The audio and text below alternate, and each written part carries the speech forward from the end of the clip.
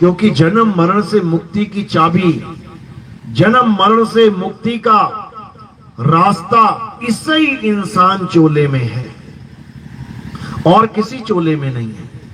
केवल यही एक शरीर है जिसके द्वारा तुम सारे जन्म मरण का खेल, सारे जन्म मरण के चक्कर को खत्म कर सकते हो। केवल ये एक शरीर है। अब इस शरीर में तुम आ तो गए हो, लेकिन माया ने क्या किया? तुम्हें भरमा दिया, तुम्हें भुला दिया कि तुम आखिर आए क्यों हो। अगर सबसे ये सवाल पूछ लिया जाए कि तुम दुनिया में क्यों आए हो, ये सूरज चांद सितारे, ये धरती, तुम कहां आ गए बीच में, क्या करने आए हो यहां पर? किसी को जवाब नहीं सूझेगा क्या करने आए हैं। सब अपने मन से जवाब देंगे, मैं यहां खाने पीने आया हूं, मौज मस्ती करने आया हूं, फिर मर जाऊंगा एक दिन। कोई ये जवाब देगा, कोई जवाब देगा मैं यहां समाज सुधार करने आया हूं, लोगों का भला करने आया हूं, मैं ऐसा करने आया हूं, वैसा करने आया हूं, मेरा नाम हो जाए, मेरा बहुत बड़ा, मैं महान हो जाऊं। कोई ये सोच के आया है, ये सोच रहा है कि शायद ये करने के लिए आए हैं।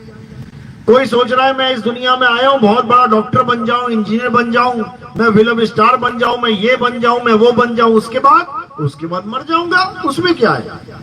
अच्छा, ये करने आया है। और कोई क्या सोच रहा है कि मैं इस दुनिया में आया हूं पूजा पाठ करने के लिए, सुबह से शाम तक दे तेरी को ले तेरी को, मंदिर जा रहा है, मस्जिद जा रहा है, गुरुद्वारे जा रहा है, पूरा दिन पूजा पाठ, हवन यज्ञ, उसके बाद मर जाऊंगा एक दिन। इसमें से एक भी चीज करने नहीं आए हम। एक भी चीज वो नहीं है जो हम करने आए हैं। अब वो क्या है जो करने आए हैं? इस माया ने हमें भुला दिया है, भूल चुके हैं हम। तुम अपना बचपन देखो, बचपन में तुम्हें कितनी पुरानी पुरानी बातें याद होगी। मैं बचपन में ऐसा था, ऐसा करता था, उस खेत में गया, वहां मिला। लेकिन तुम्हें गर्भ जून का 9 महीने में से एक भी सेकंड याद नहीं है। सोचो, तुम गर्भ जून में 9 महीने काट के आए हो, 9 महीना मां के गर्भ में, एक सेकंड भी याद है कि कैसा लग रहा था वहां पे? किसी को याद नहीं है। क्यों? क्योंकि माया ने भुला दिया है। माया ने तुम्हें भुला दिया है कि तुम कहां से आए हो। जब इंसान गर्भ में होता है तो अरदास करता है मालिक से, बिना 52 अक्षरों की अरदास होती है। वो हिंदी पंजाबी थोड़ी नहीं जानता है। गर्भ का बच्चा कौन सी भाषा जानता है? हिंदी बोलता है गर्भ में, या पंजाबी, या अंग्रेजी, या डच, फ्रेंच, कौन सी भाषा बोलता है? कुछ नहीं बोलता। फिर भी अरदास करता है। कैसे करेगा? जब उसको कष्ट होगा तो अरदास करेगा। एक कुत्ते को कोई भाषा नहीं आती, लेकिन एक लठ मार दो उसके, अभी देखो अरदास निकलेगी, अभी उसके मुंह से आह निकलेगी, और सीधी कहां जाएगी? मालिक के कानों में। और मालिक ये नहीं देखेगा कौन सी भाषा में बोल रहा है। मालिक सुनते ही पहचान जाएगा कि भैया मेरा कुत्ता कष्ट में है, और भागा आएगा अपने कुत्ते को बचाने के लिए। इसी प्रकार जब ये जीव मां के गर्भ में होता है, मां का गर्भ का मतलब क्या होता है? कुंभी नरक। कुंभी नरक बोला गया है मां के गर्भ को। कुंभी नरक मतलब कुंभ, कुंभ यानी घड़ा। आप मां का पेट देखोगे, जब बच्चा गर्भ में होता है तो घड़े की तरह बाहर आ जाता है। और नरक बोला गया है। नरक क्यों बोला गया है? क्योंकि वो स्वर्ग नहीं है, उल्टा लटका है वहां पे तो, और गंदगी में लटका हुआ है। दुनिया भर की गंदगी, दुनिया भर का इतना बुरा हाल होता है वहां पे। जीव तड़पता है, मालिक से अरदास करता है कि एक बार निकालो यहां से। एक बार निकल गया तो दोबारा नहीं आता यहां पे। तेरी भक्ति करूंगा, तेरी पूजा करूंगा, तुझे याद रखूंगा, लेकिन यहां नहीं आऊंगा दोबारा। लेकिन जैसे ही गर्भ से बाहर आता है, ठंडी ठंडी हवा लगती है, गर्भ की गर्मी भूल गई। अब ये चौधरी बन जाता है यहां आके। मैं तो ऐसा हूं, मैं तो वैसा हूं, मैं तो हट्टा कट्टा जवान हूं, मैं न डरता किसी से, मैं एमएलए हूं, मैं एमपी हूं, मैं ये हूं, मैं वो हूं। हवा हवाइयों में आ जाता है बेचारा। उसके बाद ये माया फिर से उसको ऐसा कर देती है कि दोबारा दूसरे गर्भ में ले जाती है। यानी जहां से आया और वहीं समाया। कहे कबीर क्या कमाया? अरे जहां से आया वहीं समाया। जहां से तौबा तौबा करता निकला था फिर वहीं जाके बैठ गया। क्या कमाया इस जीवन में आके? कुछ नहीं कमाया। तो क्या कमाना है? जन्म मरण से मुक्ति का राज पता करना है। ये जन्म मरण का खेल खत्म हो जाए, इस गुप्त ज्ञान को पता करना है। कैसे खत्म हो? आखिर करें तो करें क्या? तो कैसे पता लगेगा? जंगलों में घूम के, या नदियों में नहा के, या पहाड़ों पे चढ़ के, या रेगिस्तान में घूम के? कहां पता लगेगा इस बात के बारे में? ये गुप्त ज्ञान कहां पता लगेगा? गुरु के पास। ज्ञान कहां मिलता है? गुरु के पास। कोई भी ज्ञान हो, तुमने सिलाई कढ़ाई सीखनी है, तुमने जूते काटने सीखने हैं, तुमने मोटर मैकेनिक बनना है, तुमने सुनार बनना है, तुमने लोहार बनना है, ये भाई डीजे का काम करते हैं, इनसे भी सीखना चाहोगे तो इनको गुरु बनाना पड़ेगा, क्योंकि गुरु ज्ञान देता है। जिससे तुम ज्ञान ले रहे हो वही तुम्हारा गुरु है। तो ये ज्ञान कहां मिलेगा? गुरु जी के पास। अब कौन से गुरु जी के पास? क्योंकि गुरु तो बहुत सारे बैठे हैं यहां पे। इतने गुरु बैठे हैं, इतने गुरु बैठे हैं कि तुम्हें समझ में ही नहीं आएगा कि मैं जाऊं तो जाऊं किसके पास। इतने गुरु बैठे हुए हैं यहां पे। तो कबीर साहब यही समझा रहे हैं कि ज्ञान तो गुरु के पास मिलेगा, इसमें कोई शक नहीं है, लेकिन तुमने अपना विवेक जगा के गुरु के द्वारा दिए हुए नाम की परख करके उसको अपनाना है, उसको धारण करना है। यानी किसी भी गुरु के पास जाके हमने पहले ये परख करनी है कि वहां पर जो नाम दीक्षा मिलती है वो सच्ची है भी या नहीं। कहीं नकली नाम तो नहीं पकड़ा दिया, ये समझना पड़ेगा। अब ये नकली नाम क्या होता है? नाम तो नाम होता है, सारे नाम भगवान के हैं, इसमें नकली असली वाली क्या बात है? बिल्कुल है, बिल्कुल है। नकली असली का ही खेल है यहां पे। यहां नकली और असली में ही फर्क करना है कि कहीं तुम नकली सामान ना ले आओ मार्केट से। तो कबीर साहब यही समझा रहे हैं, कह रहे हैं गुरु मेरे सभी बड़े, अपनी अपनी ठौर, अपनी अपनी ठौर। यानी तुमने कोई भी गुरु धारण कर लिया है, बहुत अच्छी बात है। क्यों? कम से कम शुरुआत तो करी। तुम पूरे भारत में किसी भी स्कूल में अपने बच्चे को डाल दो, आंगनबाड़ी में, किसी भी जिले में, किसी भी प्रदेश में, तो क्या हुआ? अच्छा हुआ। शुरुआत तो करी, धीरे धीरे आगे बढ़ेगा। नर्सरी यूकेजी में आएगा, धीरे धीरे पहली दूसरी पांचवी दसवीं में आएगा, करता करता करता एक दिन पीएचडी कर लेगा।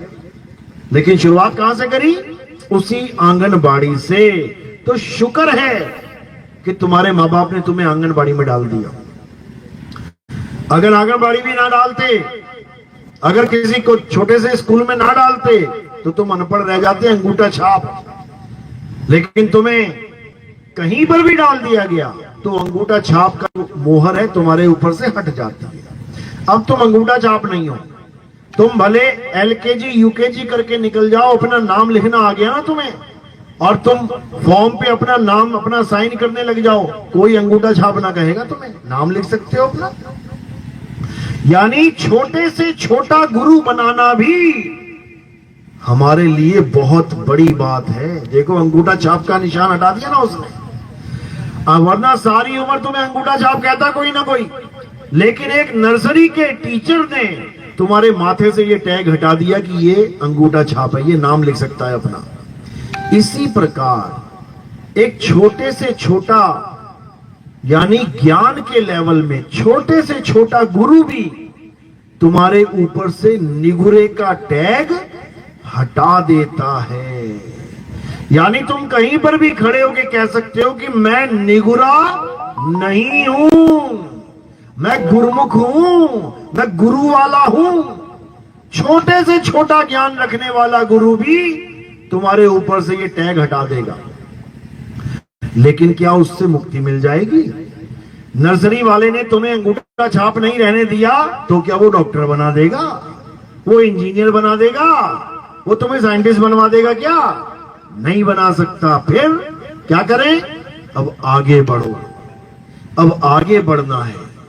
अपनी अपनी ठौर यानी जिस जिस लेवल पे जो गुरु तुम्हें मिल रहा है उसको धारण करते जाओ, करते जाओ, और करते करते करते करते सबसे ऊपर के लेवल के गुरु की शरण में चले जाओ, कल्याण हो जाएगा। यही समझा रहे हैं। गुरु मेरे सब ही बड़े, अपनी अपनी ठौर, शब्द विवेकी पारखी, सो माथे का मोर। जब किसी की शादी होती है तो बहुत अच्छे अच्छे कपड़े पहन के जाते हैं सब। ऐसे ऐसे लड़के होते हैं जिन्होंने 20-20 हजार की पैंट पहन रखी होती है और 20-20 हजार की शर्ट टी शर्ट पहन के जाते हैं शादियों में। अभी दूल्हा 5,000 की पैंट पहन के गया होगा, 10,000 का कोट होगा ज्यादा से ज्यादा, और उसके दोस्त लोग 30-30, 40-40 हजार की पैंट, 20-20 हजार के जूते पहन के गए हैं। तो क्या लड़की उनके गले में माला डाल देगी क्या? है? सच में नहीं डालेगी। क्यों? क्योंकि उन लड़कों के सिर के ऊपर सेहरा नहीं है। वो कहां डालेगी माला? जिसके सेहरा होगा सिर पे उसके गले में माला जाएगी। तो इसीलिए कबीर साहब समझा रहे हैं, गुरु मेरे सभी बड़े, अपनी अपनी ठौर, शब्द विवेकी पारखी, सो माथे का मोर।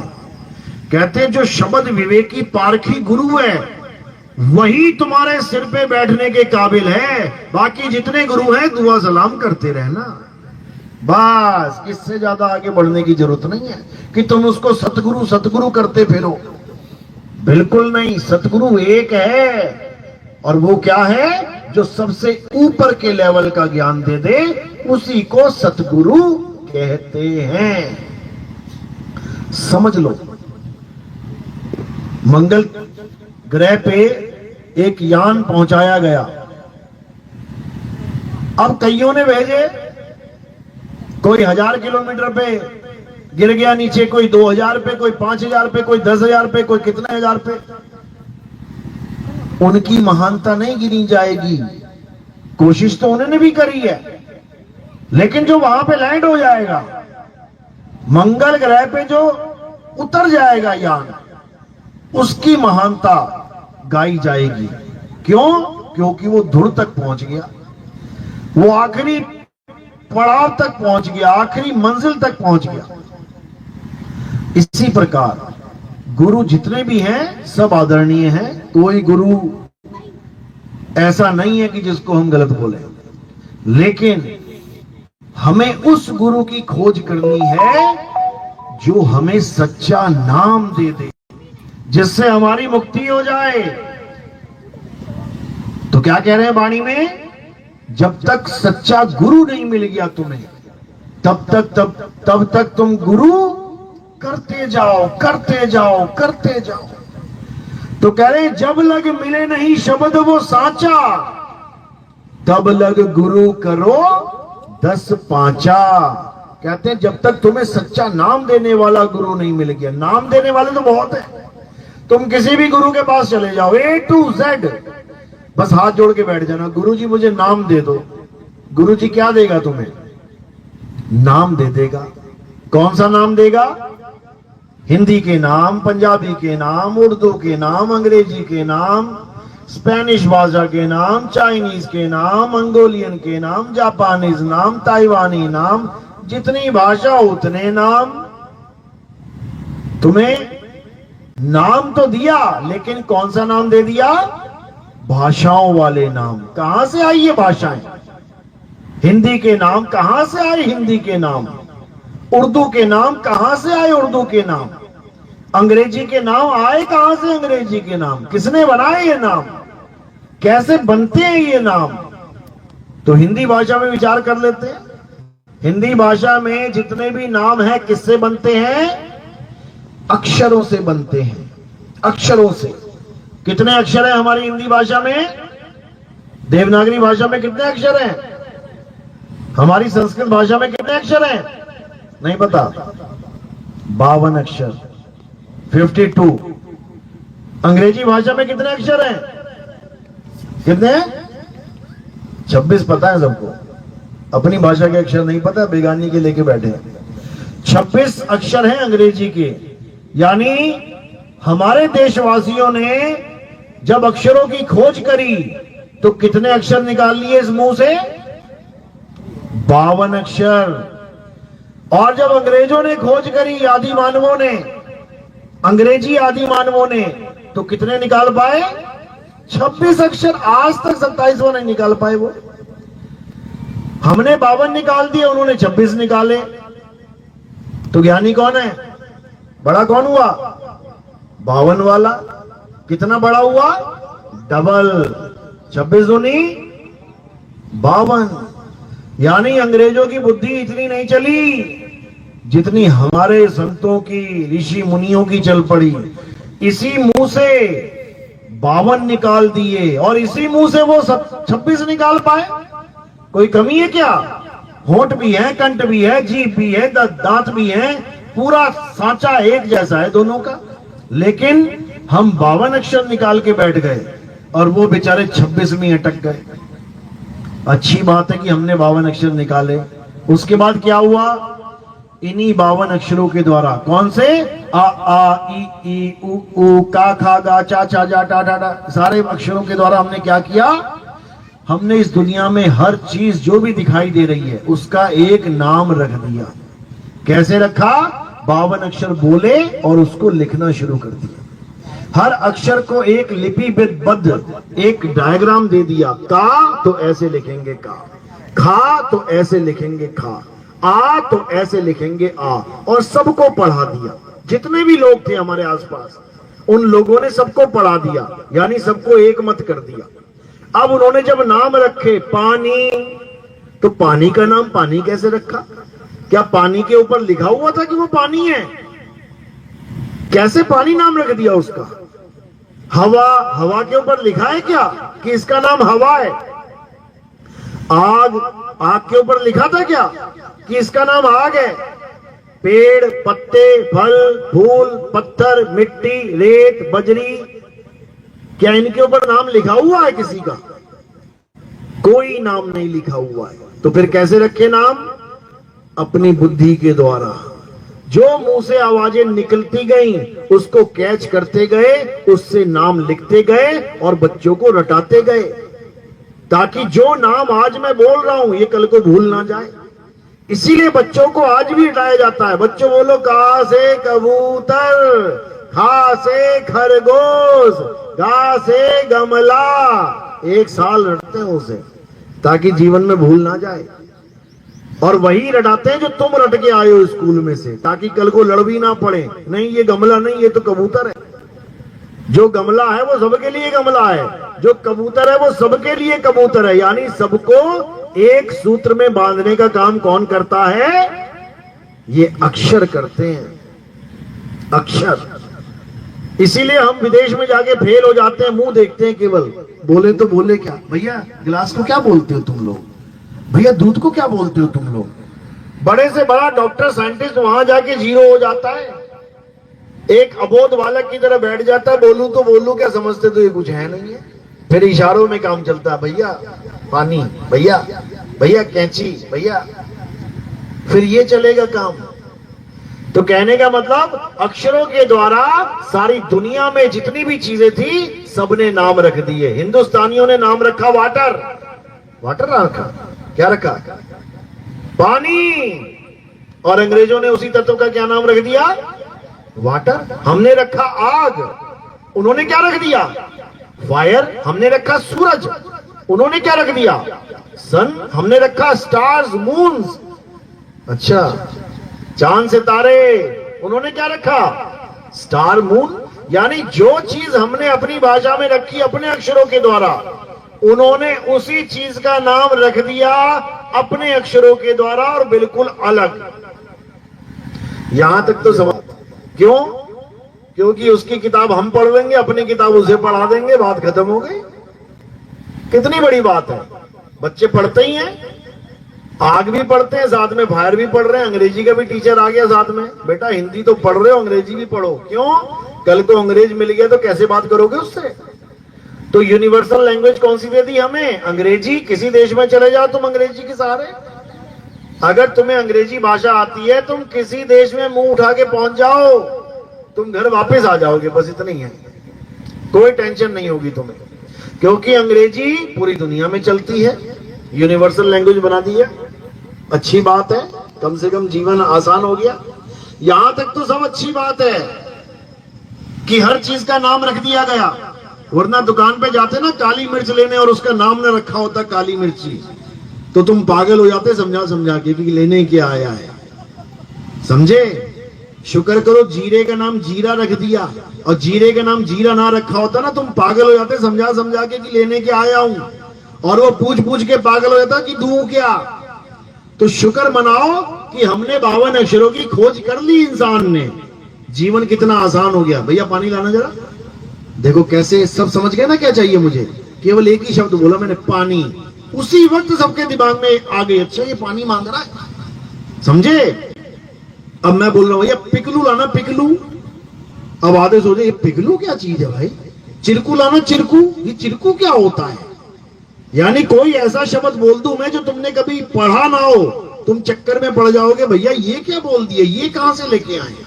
ये शब्दों की महिमा है, यानी सबको एक सूत्र में बांध के रखा हुआ है। किसने? शब्द ने। शब्द ने। अच्छी बात है, सबको एक कर दिया शब्द ने, तो अनेक किसने किया? फिर अनेक किसने किया? यहां तक तो अच्छी बात है कि दुनियावी चीजों के नाम रख दिए, सब एक हो गए, सबको आसानी से समझ में आ गया। अब दिक्कत कहां हुई?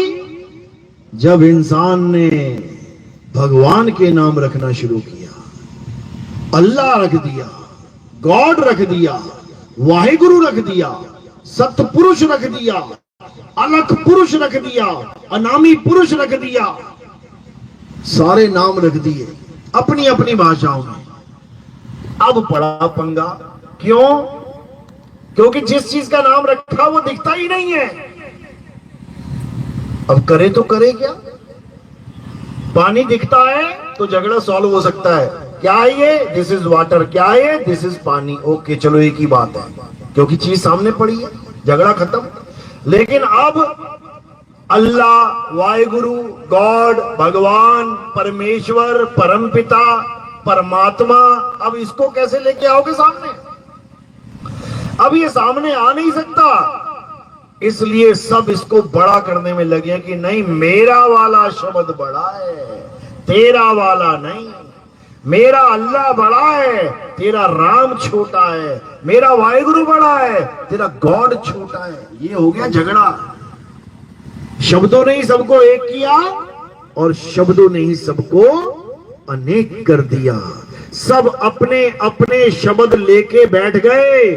आज भी तुम जो शब्द जप रहे हो वो इसलिए जप रहे हो क्योंकि तुम्हारे धर्म वाले ने, तुम्हारे देश वाले ने, तुम्हारे गुरुजी ने वो शब्द दे दिया है। तुम दूसरे के गुरु के शब्द नहीं जप रहे हो, समझे? जबकि तुम्हारे गुरु ने क्या बोल के दिया वो शब्द कि परमात्मा एक है, और नाम क्या दे दिया? राम। अब उसको पूछो कोई कि परमात्मा एक है तो अल्लाह भी परमात्मा ही हुआ, गॉड भी परमात्मा ही हुआ। क्यों? क्योंकि चारों किताबों में लिखा है कि भगवान ने धरती बनाई, भगवान ने सूर्य बनाया, भगवान ने चांद सितारे बनाए।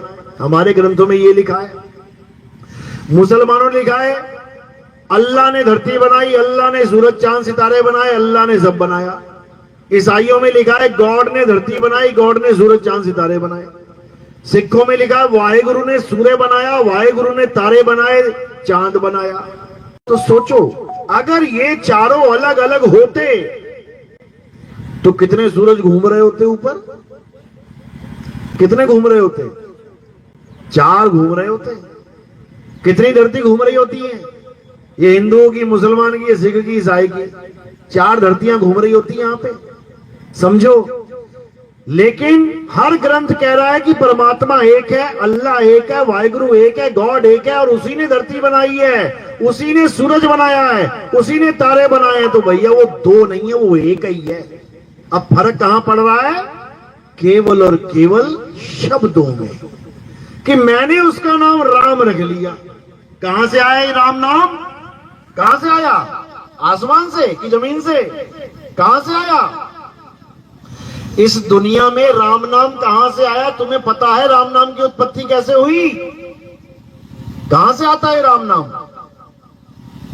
यहां से आता है। ये जो तुम्हें गोल गोल दिख रहा है ना मुंह, इसके अंदर एक फड़फड़ाती हुई जीभ दिख रही है, यहां से आता है। देखो, राम कहां से आया? जीभ से और होठों से। रा किसका यूज किया? जीभ का। राम, समझो। अब जीभ काट दी किसी की, सबकी जीभ ही ना होती। अब राम नाम बताओ कहां रहता? कैसे आता राम नाम दुनिया में? तो कैसे आया राम नाम दुनिया में? इस मुख के द्वारा, जीभ के द्वारा, होठों के द्वारा। अगर हमारे आदि मानव भाई लोग सारे अक्षर बना देते, केवल दो अक्षर ना बनाते, रा और मां, तो कौन से भगवान का नाम जपते थे? बनाए तो उन्होंने ही है ना। अगर वो एक लाइन ना बनाते, या रा ला वा, तो रा कहां से लाते तुम? एक और लाइन ना बनाते, पा फा बा भा मा, तो राम का मां कहां से लाते तुम? शुक्र करो कि उन्होंने बना दिए अक्षर ये, तभी तो तुम उनका मंदिर बना के बैठे हो। समझो, यानी ये सारे नाम कहां से आ रहे हैं? केवल राम नाम नहीं, अल्लाह कहां से आ रहा है? इसी मुंह से, इसी जीभ से, अल्लाह, इसी मुंह से आया है। वाहे गुरु कहां से आया? इसी मुंह से आया है। गॉड कहां से आया? इसी मुंह से आया है। सारे नाम इसी मुंह से निकले हैं, लेकिन लोग नाम को तो पकड़ के बैठ गए, लेकिन जिसका नाम रखा गया है, ये जिस तत्व का नाम रखा गया, उस तत्व को ना जान पाए। याद रखो, जितने भी नाम रखे गए इस दुनिया में, किसके रखे गए हैं? तत्व के। इस गिलास में कौन सा तत्व है? पानी तत्व है। तत्व है, इसीलिए इसका नाम रखा गया है। इसी प्रकार तुम्हें जितने भी तत्व दिखाई दे रहे हैं संसार में, उसके नाम इसीलिए रखे गए क्योंकि तत्व है। अब यहां एक ऐसी चीज है जो है ही नहीं, और उसका क्या नाम रखोगे? जो है ही नहीं तो उसका क्या नाम रखोगे? इसी प्रकार अगर किसी ने नाम रखा है राम, किसी ने रखा अल्लाह, किसी ने रखा वाहिगुरु, किसी ने रखा गॉड, तो इसका मतलब ये किसी चीज के नाम है, किसी तत्व के नाम है। उन्होंने उस चीज को जरूर महसूस किया होगा, तभी तो उन्होंने लिखा कि राम बोलो कि श्याम बोलो कि अल्लाह बोलो कि वाहिगुरु बोलो। उस तत्व का नाम तब आया है जब तत्व का ज्ञान हुआ है। इसी प्रकार इस दुनिया में जितने भी नाम हैं, कहां से आए हैं? इस जीभ, इस मुख से। तो कबीर साहब क्या समझा रहे हैं कि अगर तुम्हें कोई ऐसा गुरु मिल गया है जिसने तुम्हें नाम जपने को दे दिया और तुम खूब मन लगा के जप रहे हो, Ram Ram Ram Ram Ram Ram Ram Ram, Allahu Allahu Allahu, Waheguru Waheguru Waheguru Waheguru, God God God, समझ जाना तुम्हें क्या पकड़ा दिया गया है? पावन अक्षर। तुम्हें अक्षर पकड़ा दिया गया है, जबकि पकड़ाना क्या चाहिए था? तत्व ज्ञान पकड़ाना चाहिए था। और क्या पकड़ा दिया? अक्षर ज्ञान। जैसे मुझे प्यास लगी है तो दो चीजें हैं मेरे पास, दो प्रकार के पानी है मेरे पास। एक पानी तो मेरे गिलास में पड़ा है और दूसरा पानी कहां है? ये मेरे मुंह से निकल रहा है। पानी पानी पानी, क्या निकला मेरे मुंह से? पानी। और इसमें क्या पड़ा है? पानी। लेकिन इस वाले पानी से क्या मेरा गला गीला होगा? सारी उम्र जपता रहूं, पानी पानी, गला किससे गीला होगा? ये जो गिलास में पड़ा है। और इसको पीने के लिए मुझे एक बार भी जपना नहीं पड़ेगा। देखो, बिना जपे एक बार भी नहीं बोलूंगा मैं।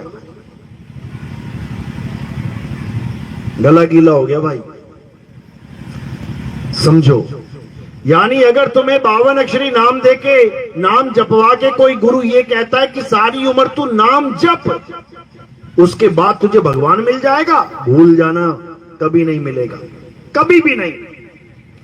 अगर परमात्मा किसी को नहीं मिलेगा तो इसलिए नहीं मिलेगा क्योंकि लोग उसका नाम जप रहे हैं, और नाम जप के कभी कोई वस्तु मिले ही नहीं सकती। तुम्हारा पर्स खो गया, अभी तुम आए सत्संग में, रास्ते में पर्स खो गया, अब यहां बैठ के क्या करोगे? Purse purse purse purse purse, मिल जाएगा क्या? कभी नहीं मिलेगा। क्या करोगे? जिस रास्ते से आए हो उसी रास्ते पे वापस घूम जाओ और देखते जाओ, कहीं पे जरूर मिलेगा। क्यों? क्योंकि वो वस्तु है, नाम नहीं है। ये पानी वस्तु है, नाम नहीं है। नाम जप के कभी वस्तु मिल नहीं सकती। कबीर साहब कह रहे हैं, अरे धन धन कहे जो नर धनिया होए, तो निर्धनिया रहे ना कोई।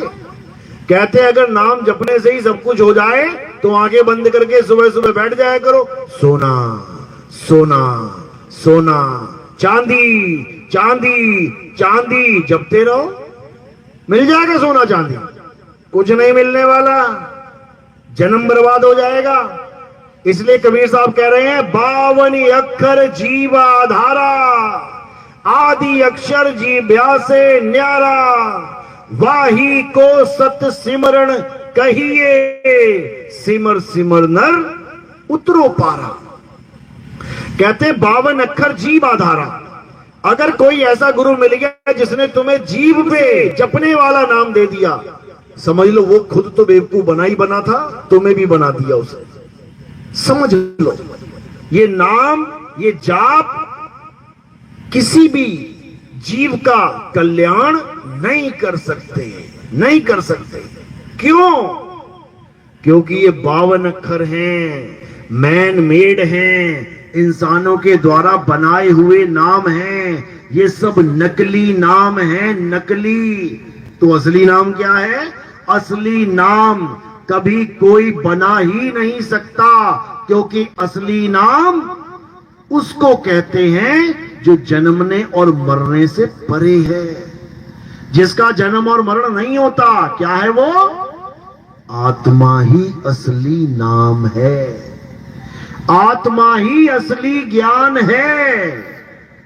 मंत्रों को जपने वाले को जपी कहते हैं, तपस्या करने वाले को तपी कहते हैं, घर बार छोड़ के जंगल भाग जाए उसको सन्यासी कहते हैं, और जो अपनी आत्मा का ज्ञान समझ ले, अपनी आत्मा को जान ले, उसे आत्मज्ञानी कहते हैं। आत्मज्ञानी, मंत्र ज्ञानी नहीं। तो कबीर साहब समझा रहे हैं, अरे तंत्र मंत्र सब झूठ है, इनमें ना भर में कोई, और सार शब्द जाने बिना कागा हंस ना होए। यानी आत्म ज्ञान जाने बिना ये कागा हंस ना होए। कागा यानी अज्ञानी जीव, और हंस यानी आत्मज्ञानी पुरुष। आत्म ज्ञान की बात है, मंत्रों के जाप नहीं है। अगर 100 आदमी बहरे हो और किसी गुरु के पास चले जाए, गुरु जी हमें नाम दे दो, दे के दिखाए नाम गुरु जी, कौन सा देगा? चाहे हिंदी में बोले, चाहे ईसाई में, सिख में बोले, चाहे किसी भाषा में बोले, उर्दू में बोले, फारसी में, वो सुनेगा ही नहीं उसको नाम। उसका देना ना देना बराबर है। समझो, 100 गूंगे चले जाएं किसी गुरुजी के पास, जपी के पास, गुरुजी हमें नाम मिल जाएगा क्या? अगर बैठ गए जाके नाम लेने के लिए, वो तो ये भी ना बोल पाएंगे नाम मिल जाएगा। वो भले कितने नाम लटवा दे उसको, जपो राम राम, जपो अल्लाह अल्लाह, वाहिगुरु वाहिगुरु, तो गूंगा बोल लेगा क्या? एक बार भी ना बोल पाएगा। इसका मतलब वो बोल नहीं पाया, यानी उसका कल्याण नहीं होगा। बताओ, ऐसा कुछ नहीं है कि ये नाम जप के ही कल्याण होगा, नाम जप के ही मुक्ति होगी। नाम जप के 84 में जाते हैं लोग, समझ लो। और 84 से बचने का रास्ता क्या है? आत्मज्ञान। नाम नहीं जपना है, आत्मा को जानना है। गीता क्या कहती है? अध्याय 3 17वां श्लोक, हे अर्जुन, जो अपनी आत्मा में रमण करते हैं, जो अपनी आत्मा में तृप्त हैं, जो अपनी आत्मा में संतुष्ट हैं, उनके लिए कोई धार्मिक कर्म कर्तव्य लागू ही नहीं होता। उनको किसी मंदिर में नहीं जाना, उनको किसी मस्जिद में नहीं जाना, उनको किसी गुरुद्वारे में जाने की जरूरत नहीं है, उनको किसी चर्च में जाने की जरूरत नहीं है, उनको कोई मंत्र जपने की जरूरत नहीं है, पूजा पाठ हवन यज्ञ कुछ करने की जरूरत नहीं है। क्यों?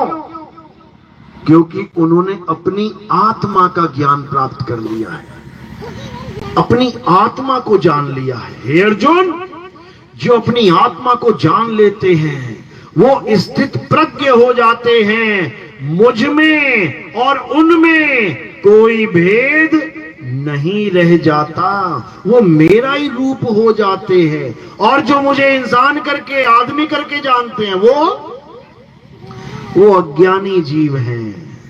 जो मुझे शरीर मानते हैं वो अज्ञानी जीव हैं। जो मुझे ये इंद्रियां मानते हैं, हाथ पैर आंख कान नाक मुख जीव बाल खाल, वो मुझे नहीं जानते कि मैं कौन हूं। वो मुझे एक शरीर समझकर सारी उम्र मुझे शरीर ही मानते रह जाते। कृष्ण जी शरीर नहीं है, वो क्या है? वो आत्मा है। इसी प्रकार तुम भी शरीर नहीं हो, तुम क्या हो?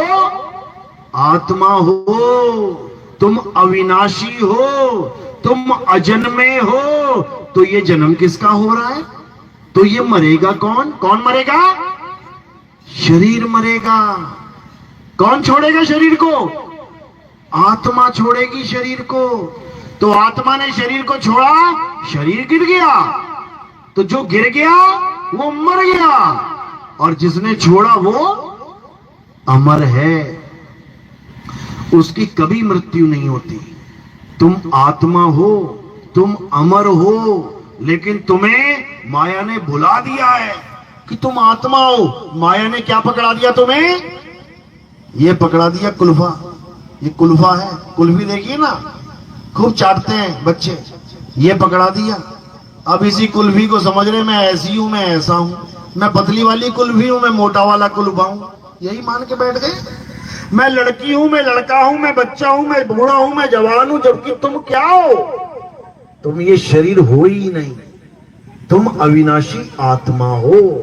समझ लो, तुम्हारे शरीर का जन्म हो सकता है, तुम्हारे शरीर की मृत्यु हो सकती है, लेकिन तुम कभी ना तो पैदा हुए, ना ही तुम कभी मरोगे। समझ लो। तो क्या करते हो तुम? केवल शरीर छोड़ते हो और शरीर पकड़ते हो। छोड़ते कहां हो? इस दुनिया में कोई बेड पे पड़ा पड़ा छोड़ गया, कोई हॉस्पिटल में पड़ा पड़ा छोड़ गया, कोई एक्सीडेंट में गिर के छोड़ के चला गया। और पकड़ते कहां हो? कहां पकड़ते हो शरीर? कहां मिलता है शरीर? कौन सी मार्केट में? कहां मिलता है शरीर? कहां से लेके आए हो ये शरीर? ये 50-50 किलो के शरीर कहां मिले तुम्हें? कहां मिलते हैं? मां के गर्भ में। मां के गर्भ से लेके आते हो शरीर, समझो। और कहां छोड़ देते हो? इस संसार में छोड़ देते हो। ला कहां से रहे हो, छोड़ कहां रहे हो? हर इंसान मां के गर्भ से शरीर लेके आ रहा है और यहां धरती पे छोड़ के चला जा रहा है, लेकिन मर नहीं रहा है, केवल छोड़ रहा है। कहते हुए ना, मेरे पिताजी ने शरीर छोड़ दिया, पिताजी ने ये शरीर छोड़ दिया। तो शरीर छोड़ा है, जिसने छोड़ा है वो कौन है? जो शरीर छूटा है उसको पिताजी पिताजी करता रहा सारी उम्र। ये शरीर जो छूटा है, मोटा शरीर, काला शरीर, पतला शरीर, ये छोड़ दिया पिताजी ने। तो किसने छोड़ा? पिताजी ने शरीर छोड़ा। तो जिसको छोड़ा वो तो शरीर था, तो पिताजी कौन है? पिताजी आत्मा है। यानी तुम सारी उम्र जिसे पिताजी पिताजी माताजी माताजी कर रहे हो, वो तुम्हारी माता है ही नहीं।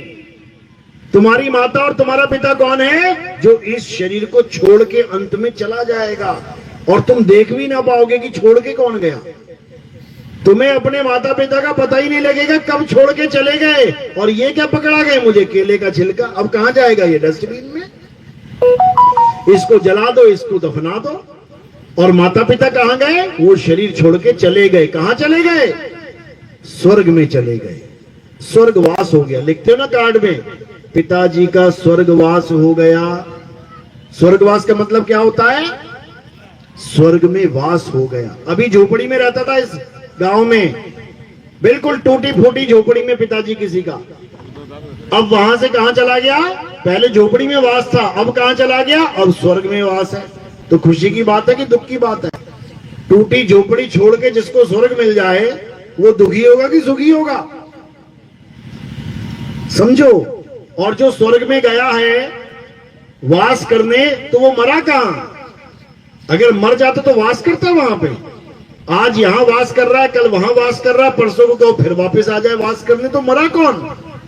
पिताजी नहीं मरा। पिताजी तो जा रहा है और आ रहा है, तो मरा कौन? ये शरीर मरा। इसलिए ना तो तुम शरीर हो, ना तुम्हारे पिताजी शरीर है, ना तुम्हारी माताजी शरीर है, ना राम जी शरीर है, ना श्याम जी शरीर है, ना ईसा मसीह शरीर है, ना बाबा नानक शरीर है, ना कबीर साहब शरीर है, ना मीरा भाई शरीर है। कोई शरीर नहीं है। शरीर क्या है? 5 तत्वों का पुतला। आकाश है, अग्नि है, वायु है, धरती है, पानी है। 5 तत्वों का शरीर है। मैं क्या हूं इसमें से? क्या मैं हवा हूं? क्या मैं अग्नि हूं?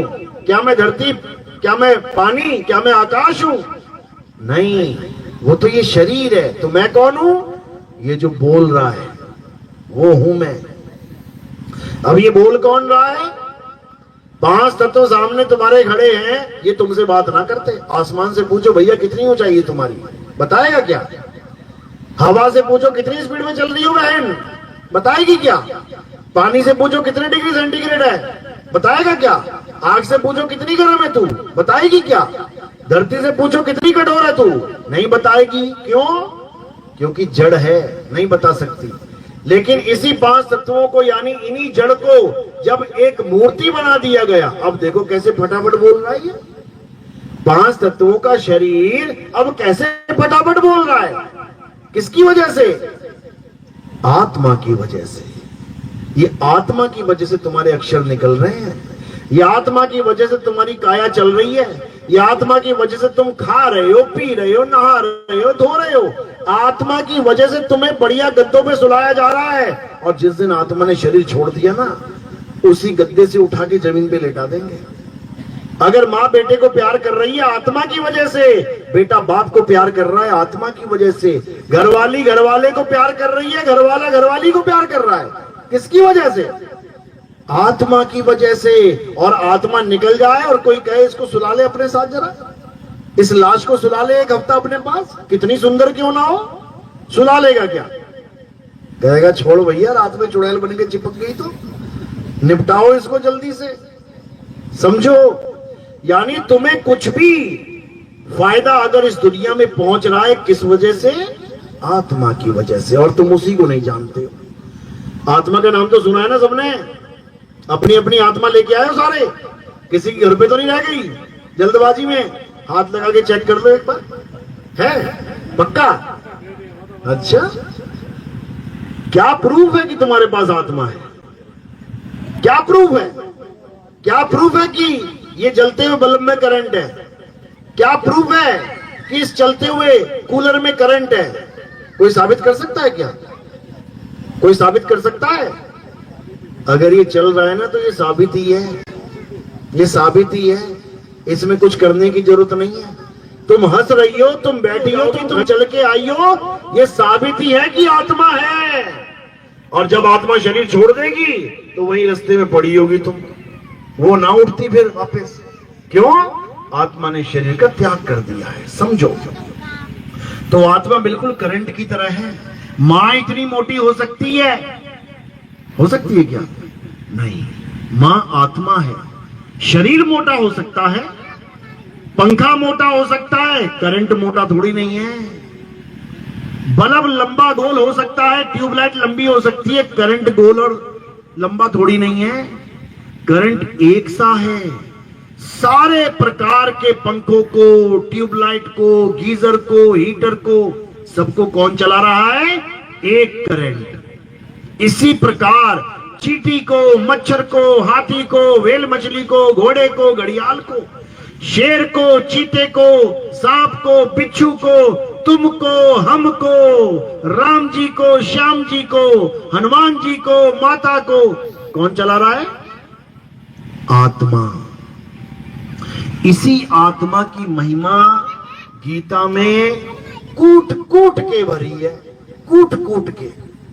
क्या कह रहे हैं? हे अर्जुन, इस आत्मा का ना तो कभी जन्म होता है, ना ही इस आत्मा की कभी मृत्यु होती है। ये आत्मा अजन्मा है, नित्य है, शाश्वत है, पुरातन है। ये आत्मा ही सत्य है, सनातन है। सनातन का नाम सुना है ना? सनातन पता है ना क्या होता है? सनातन धर्म है। किसका धर्म है सनातन? सनातन धर्म उसका है जो सनातन को जानता है, और जो सनातन को नहीं जानता वो सनातनी नहीं है, समझ लो। हम कहने को तो सनातनी है, कौन से धर्म के हो? सनातन धर्म के हैं। होता क्या है Sanatan? What is the definition of Sanatan? अगर इतनी बात समझ में आ जाए तो तुम्हें पता लग जाए कि सनातनी होता क्या है। कहां लिखी है डेफिनेशन? गीता में लिखी है, अध्याय 2, 24वां श्लोक। तुम्हें सनातन की डेफिनेशन मिलेगी वहां पे। क्या लिखा है? हे अर्जुन, ये आत्मा अछेद्य है, इसको कोई छेद नहीं कर सकता इसमें कि तीर मार के छेद कर दें। ये आत्मा अछेद्य है, ये आत्मा अदाह है। अदाह यानी इसका कोई दाह संस्कार नहीं कर सकता, इसको कोई जला नहीं सकता।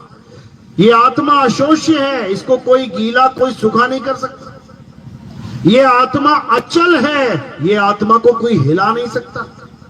ये अचल है, स्थिर है। ये आत्मा पुरातन है, यानी पुरानी से भी पुरानी है ये। इसीलिए कहते हैं सत्य सनातन धर्म सबसे पुराना धर्म है। गिनती मिनती तक नहीं पता किसी को ये चालू कब हुआ, क्योंकि आत्मा की कोई गिनती मिनती है ही नहीं। आत्मा का कोई समय है ही नहीं, ऐसा कोई समय था ही नहीं जब ये नहीं थी, और ऐसा कोई समय आएगा ही नहीं जब ये नहीं होगी। इसीलिए गीता में बोला है, अर्जुन, नैनम छिंदन्ति शस्त्राणि नैनम दैति पावका न चैनम क्लोदन्तापे न शोषति मरता। हे अर्जुन, इस आत्मा को ना तो वस्त्र काट सकता है, ना अग्नि जला सकती है, ना वायु सुखा सकती है, ना जल भिगो सकता है। तो ये आत्मा की बात क्यों बता रहे हैं अर्जुन को? अरे तीर कमान लड़ाई करनी है कि आत्मा आत्मा खेलना है वहां पे? हैं? दोनों पक्षों को स्थिर कर दिया। अर्जुन को आत्मा का ज्ञान, आत्मा का ज्ञान, आत्मा ही आत्मा समझाया जा रहा है। क्यों समझाया जा रहा है? कारण क्या है? वो ये भी कह सकते थे, जाओ अर्जुन, बढ़िया से मंदिर में जाओ, मूर्ति को भोग लगाओ, माला पहनाओ और बढ़िया धुला भिला के पूजा पाठ करके तिलक लगा के घर को वापस आ जाओ। ये भी तो कह सकते थे, क्योंकि तुम्हें यही कुछ बताया गया है। भगवान की पूजा का मतलब तुम्हें क्या बताया गया है? मंदिर जाओ, झाड़ू पोछा करो, मूर्ति को साफ करो, कपड़े पहनाओ, बढ़िया तिलक लगाओ, भोग लगाओ, आरती पूजा करो, घर आ जाओ, हो गई कहानी खत्म। ये भक्ति नहीं है, ये पूजा पाठ नहीं है भाई, समझो। भक्ति क्या है?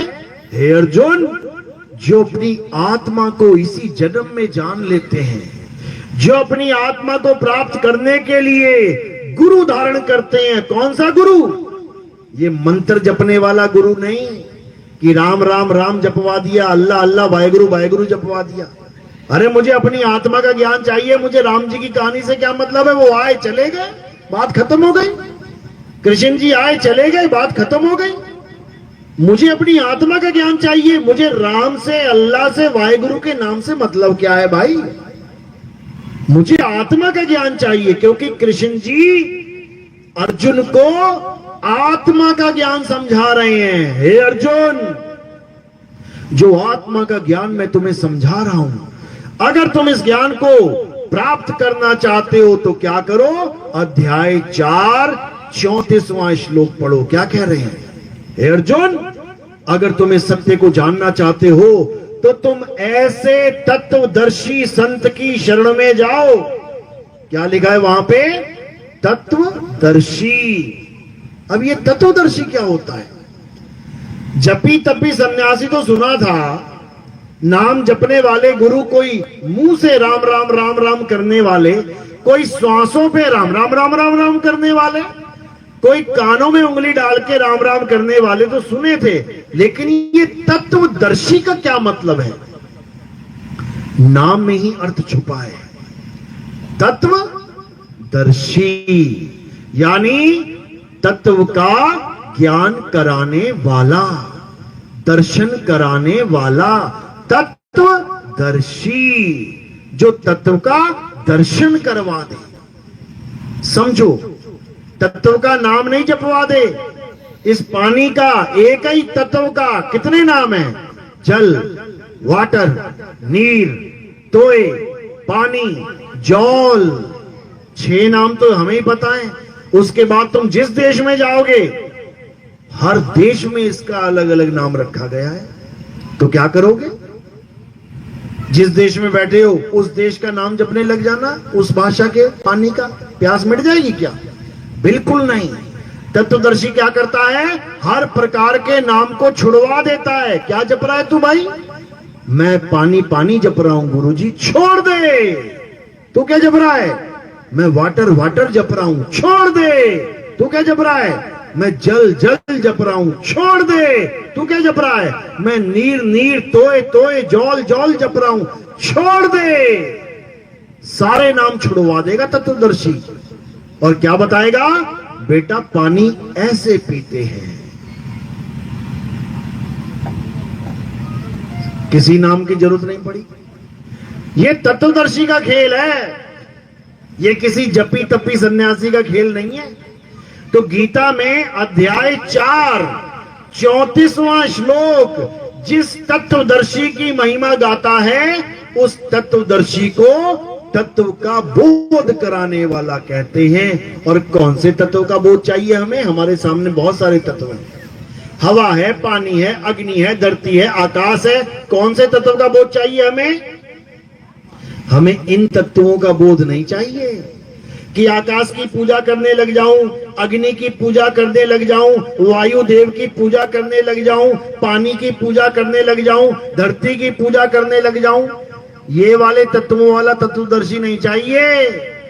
कौन से तत्व की पूजा करनी है? हे अर्जुन, इस दुनिया में 2 प्रकार के तत्व हैं, एक असत्य और दूजा सत्य। असत्य क्या है? ये 5 भौतिक तत्व असत्य है। और सत्य क्या है? हे अर्जुन, आत्म तत्व ही सत्य है। तो कौन सा चाहिए हमें? कौन से तत्व का दर्शन कराने वाला? आत्म तत्व के दर्शन कराने वाला। वो गुरु तत्वदर्शी है, वो गुरु तुम्हारा बेड़ा पार करेगा। और बाकी गुरु तुम्हें नाम जपवाएंगे। राम राम जपले, श्याम श्याम जपले, राधे राधे जपले, ओम नमः शिवाय जपले। मुसलमान है तो या खुदा जपले, अल्लाह अल्लाह जपले। सिख है तो वाहेगुरु जपले, सतनाम सतनाम जपले। ईसाई है तो गॉड गॉड जपले, हालेलुया हालेलुया जपले। इससे कुछ होने वाला नहीं है, जन्म बर्बाद हो जाएगा।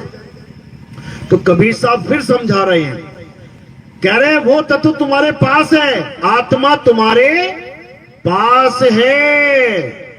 तो आत्मा को प्राप्त करने के लिए कहां जाना पड़ेगा? क्या अयोध्या में जाना पड़ेगा? वहां रहती तुम्हारी आत्मा? या काबा में जाना पड़ेगा? वहां रहती तुम्हारी आत्मा?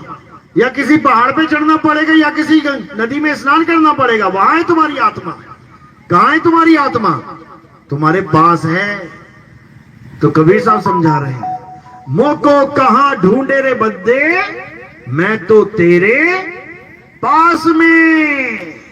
ना मंदिर में, ना मस्जिद में, ना काबे कैलाश में, ना मैं जप में, किसी जप से मैं नहीं मिलने वाला। ना मैं जप में, ना मैं तप में, और ना एकांत निवास में। घर बार छोड़ के जंगल मत भाग जाना, वहां भी नहीं मिलने वाला मैं। खोजी होए तुरंत मिल जाऊं, एक पल की तलाश में। और कहें कबीर सुनो भाई साधो, मैं तो हूं विश्वास में। कहते हैं मैं विश्वास में हूं, लेकिन अंधविश्वास में नहीं। कई लोग कहते हैं हम तो जी पत्थर को भगवान मानते हैं। मैं कहता हूं उनको, सच बता भाई। अरे हां गुरुजी, हमें किसी गुरु की जरूरत नहीं है, हमारा भगवान तो हमारे घर में है। सच में? हां गुरुजी। तुझे पूरा विश्वास है कि वो भगवान है? हां गुरुजी। तो मैंने कहा ठीक है भाई, एक काम कर, एक हफ्ते के लिए कहीं चला जा, घर छोड़ के चला जा, दरवाजे पे एकदम बढ़िया भगवान रख दे जिसको तू मानता है, ताला मत लगाना, और एक हफ्ते के लिए चला जा कहीं घूमने। चला जाएगा क्या? चला जाएगा? तो भगवान की मूर्ति पे ज्यादा भरोसा है कि ताले पे भरोसा है? पहले तो यही बता दे भाई। अगर तुम्हें लगता है कि भगवान की मूर्ति में सच में भगवान है, तुम्हारे घर के सामने, दरवाजे के सामने 3-4 मूर्तियां रख लो, कभी ताला मत लगाना जीवन में। क्यों? क्योंकि तुम्हें विश्वास है ना वो भगवान है। और जैसी तुम ताला लगा के 3 बार खींच के देखते हो, सारा विश्वास गुड़ गोबर हो जाता है तुम्हारा। समझो, तुम्हारे घर में 5 जीव हैं, 5 लोग रहते हो। सबसे छोटा 10 साल का है, उससे बड़ा 15 साल का, उससे बड़ा 20 साल का, उससे बड़ा 25, उससे बड़ा 30 साल का।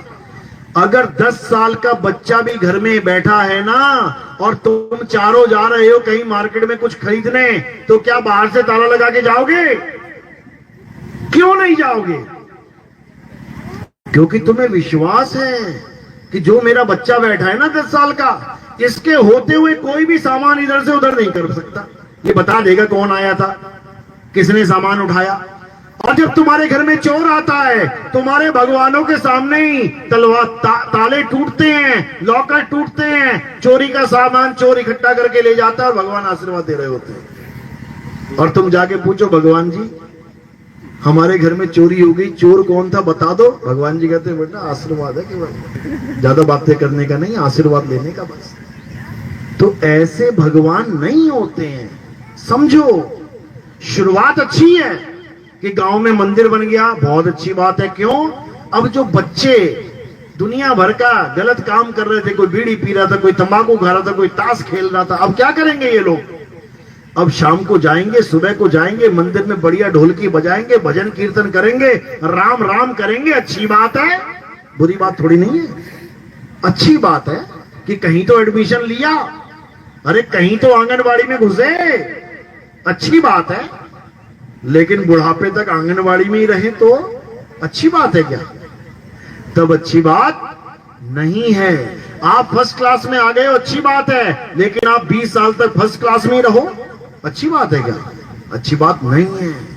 समझ लो, यानी मंदिर, मस्जिद, गुरुद्वारा, चर्च एक शुरुआत है हमारे जीवन की। भक्ति में आने के लिए शुरुआत इन्हीं से होती है, लेकिन अंत नहीं होता इससे। समझ लो, आपके गांव के बाहर एक बस स्टॉप है और एक बस स्टॉप वहां है जहां आखिर में तुमने उतरना है। दोनों का नाम क्या है? क्या नाम है दोनों का? Bus stop. लेकिन तुम सारा दिन इसी बस स्टॉप पे खड़े रहो। पूछो कहां खड़े हो? बस स्टॉप पे खड़ा हूं। जाना कहां है? बस स्टॉप पे ही जाना है। लेकिन तुम इधर ही खड़े रहो सारी उम्र, तो भैया पहुंचोगे कब? इसी प्रकार मंदिर, मस्जिद, गुरुद्वारा पहला पड़ाव है। ये हमारे गांव का बस स्टॉप है, यहीं से गाड़ी मिलेगी आगे जाने के लिए। लेकिन पहुंचना कहां है? कहां पहुंचना चाहते हैं? जहां ज्ञान का अंत हो जाए और ज्ञान का अंत कहां होगा? हे अर्जुन, जो अपने जीवन में आत्मा का ज्ञान प्राप्त कर लेते हैं, उनके जीवन में और कोई ज्ञान प्राप्त करने की जरूरत नहीं रह जाती। क्यों? कारण क्या है?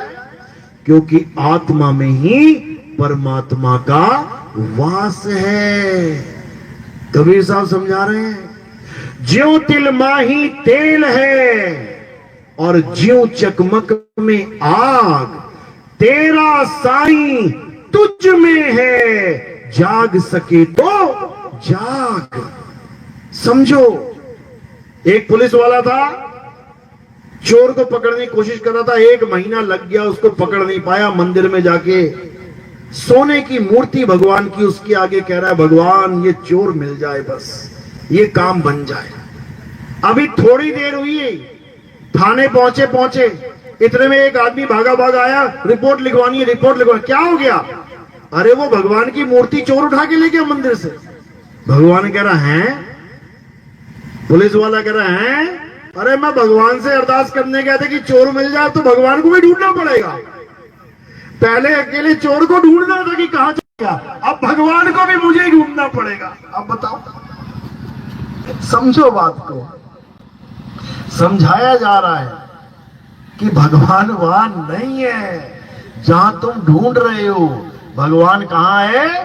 तुम्हारी आत्मा में परमात्मा का वास है। जैसे दूध में घी का वास है। अगर तुम्हें सीधे कहे ना घी लेके आओ, अब तो चलो दुकानों में बिकने लग गया है, अगर तुम्हें कहे कि घी लेके आओ तो तुम कहां जाओगे?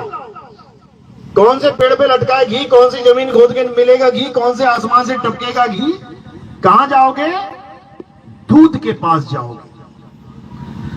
तुम दूध के पास जाके घी निकाल लोगे? ये डाला हाथ दूध में, ये निकाल लिया घी, निकल जाएगा? यानी दूध के पास पहुंचकर भी घी नहीं निकाल पाओगे और सारी उम्र नहीं निकाल पाओगे। कैसे निकालोगे? जब तुम्हें दूध से दही, दही से मक्खन, मक्खन से घी बनाने की विधि गुरु के द्वारा प्राप्त हो जाएगी, तब बड़े आराम से निकाल लोगे। इसी प्रकार दूध तुम्हारे पास है, आत्मा तुम्हारे पास है, लेकिन तुम्हें इस दूध में से घी कैसे निकालना है पता ही नहीं है। तो क्या करोगे? सारी उम्र बर्बाद करके चले जाओगे। कभी तुम्हें परमात्मा का, कभी तुम्हें उसकी प्राप्ति नहीं हो सकती। तो कैसे होगी परमात्मा की प्राप्ति?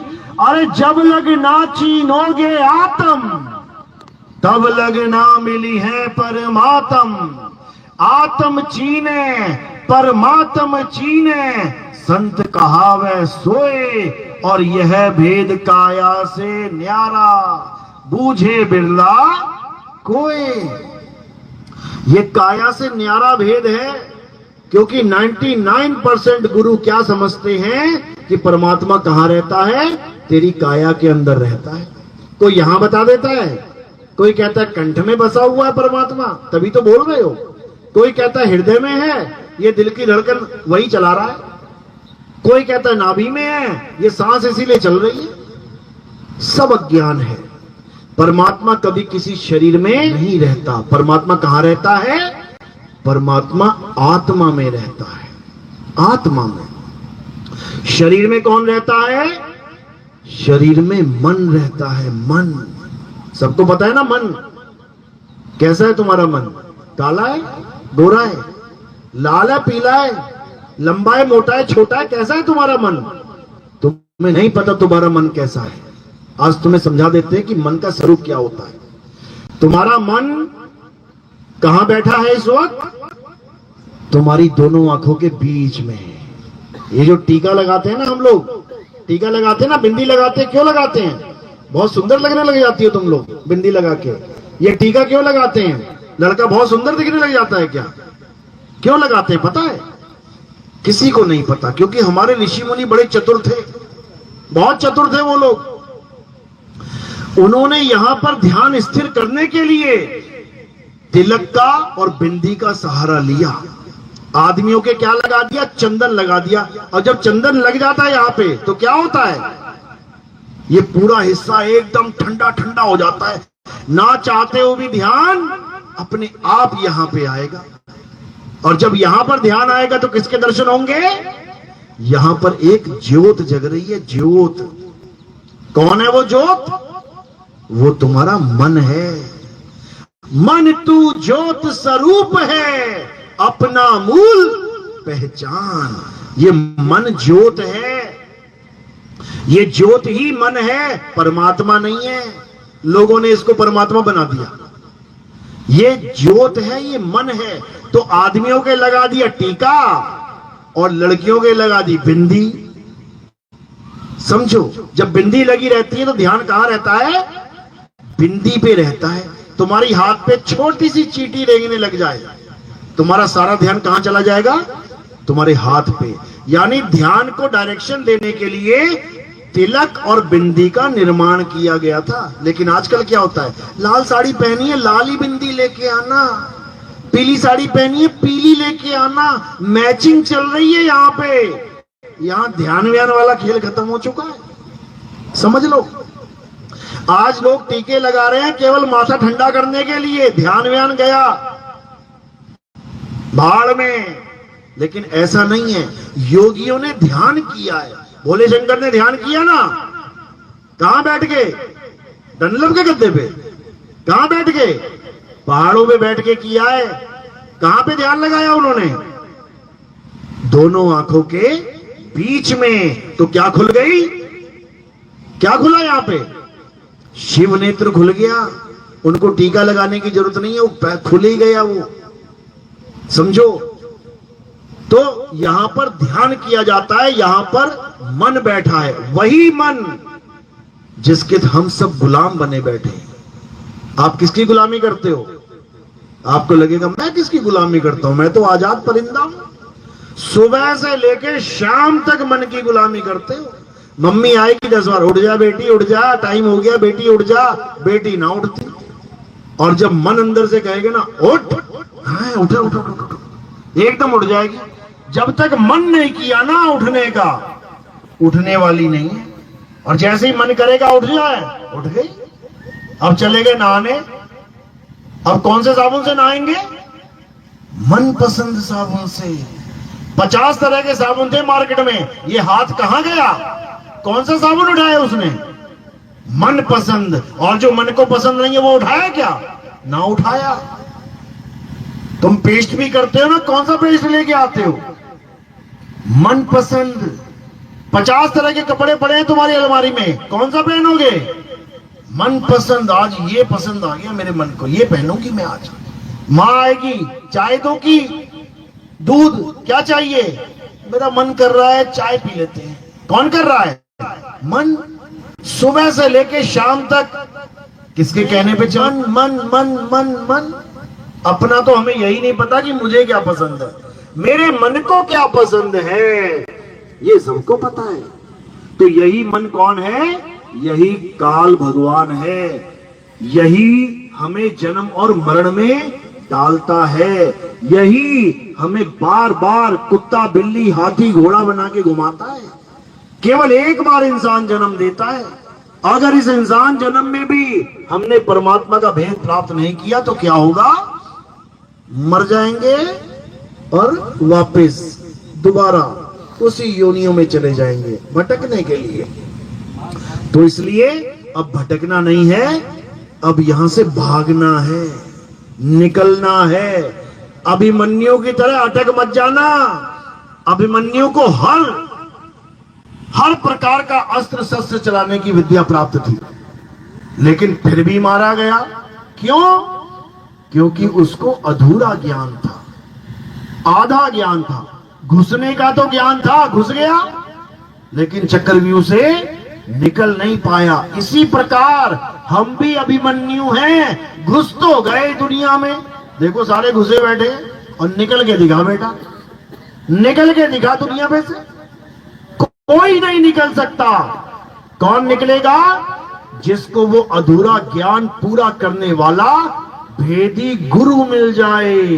केवल वही इस जन्म मरण के चक्रव्यूह को तोड़ के बाहर जा सकता है, नहीं तो वापस आने के लिए तैयार रहना। कौन आना चाहता है वापस? हाथ खड़ा करो जरा एक बार। इस दुनिया में वापस कौन आना चाहता है? बहुत अच्छी बात है। और इस दुनिया से जाना कौन चाहता है? वो हाथ खड़ा करो। आओगे तो तभी ना भैया, जाओगे। अच्छा जाओगे ही नहीं तो आओगे कैसे? इस दुनिया से जाने वाले बहुत बढ़िया हाथ खड़े किए हुए हैं, अच्छी बात है। लेकिन जाओगे कहां? जाना कहां है? कोई कहता है स्वर्ग में जाना है, कोई कह रहा है नरक में जाना है। जब तक स्वर्ग नरक सतलोक अलकलोक ऐसे लोगों का दिमाग में जब तक बुखार चढ़ा हुआ है तब तक कहीं ना पहुंच पाओगे, यहीं आना पड़ेगा। गीता में बिल्कुल स्पष्ट लिखा है कि अपने अपने कर्मों के अनुसार ये जीव चाहे कितने ही ऊंचे ऊंचे लोकों में क्यों ना पहुंच जाए, ये सारे पुण्य क्षीण करके दोबारा इस दुनिया में पैदा हो जाता है। साफ लिखा है। तो कहां जाओगे? किसी लोक में नहीं जाना, किसी शिवलोक में नहीं, किसी अलख लोक में नहीं, किसी गोलोक में नहीं, किसी स्वर्ग में नहीं, किसी नरक में नहीं। तो कहां जाना है? अपनी आत्मा में समाना है। कैसे समाना है? जैसे एक कछुआ आराम से जा रहा है, दूर से कुत्ता भागा आया उसको काटने के लिए। अब कछुआ क्या करेगा? कुत्ते से तेज भागेगा? भाग लेगा क्या? नहीं। तो क्या करेगा? चिड़िया की तरह उड़ना शुरू कर देगा बचने के लिए? नहीं। तो क्या करेगा? खरगोश की तरह जमीन खोदनी शुरू कर देगा, गड्ढा बना देगा? नहीं। क्या करेगा? वो अपने आप में समा जाएगा। हाथ पैर पूंछ गर्दन चल अंदर। अब कुत्ता सूंघेगा, अब कहां चला गया ये? वो पकड़ नहीं पाएगा उसे। इसी प्रकार अगर तुम्हें ऐसा गुरु मिल गया जो तुम्हारे पूरे ध्यान को, तुम्हारी सूरत को शब्द में स्थिर कर दे कछुए की तरह, तो समझ जाना तुम्हें यमराज पकड़ नहीं सकता। और अगर तुमने दौड़ लगा दी तो पकड़ पकड़ के मारेगा। स्वर्ग में भी लेके जा सकता है वो, नरक में भी लेके जा सकता है। यमराज का ही काम है स्वर्ग और नरक में ले जाना। तो ना स्वर्ग जाना है ना नरक जाना है। कहां जाना है? अरे ना कहीं आना ना कहीं जाना, आपे में आप समाना, अपने आप में समा जाना है। क्यों? क्योंकि तुम्हारे अंदर ही परमात्मा का वास है, आत्मा में ही परमात्मा का वास है। तो कहां जाना पड़ेगा परमात्मा से मिलने के लिए? अपनी आत्मा में। घी से मिलने के लिए कहां जाना पड़ेगा? दूध में। समझ लो बात को। इसलिए कबीर साहब ने कहा, अरे अज्ञानी को स्वर्ग नरक है, हरि जाने को नहीं। और जिस भव से सब लोग डरत हैं, सो भय हमरे नहीं। मैं ना डरता कि मुझे नरक में जाना पड़ेगा कि स्वर्ग में। मैंने जाना ही नहीं कहीं भी। मैंने कहां जाना है? मुझे अपने आप में समाना है, स्थित प्रज्ञ हो जाना है, अपनी आत्मा में रमण करना है। अध्याय 3 17वां श्लोक यही समझा रहा है। लेकिन भाइयों को समझ में ही नहीं आ रहा है। कोई मंदिर में जा रहा है, कोई मस्जिद में जा रहा है, कोई गुरुद्वारे में जा रहा है, कोई चर्च में जा रहा है, अपनी आत्मा में कोई जा ही नहीं पा रहा है। इसीलिए बार बार जन्मना और मरना पड़ रहा है। तो इस जन्म मरण से खत्म करने के लिए क्या करना पड़ेगा? आत्म ज्ञान को जानना पड़ेगा। आत्म ज्ञान ही इस दुनिया का सर्वश्रेष्ठ ज्ञान है, जिसमें किसी मंत्र जाप की जरूरत पड़ती नहीं है, पड़ती नहीं। चलो बात समझ में आ रही है मेरी या हवा में जा रही है? किस किस को समझ में आ रही है? हाथ खड़ा करो जरा।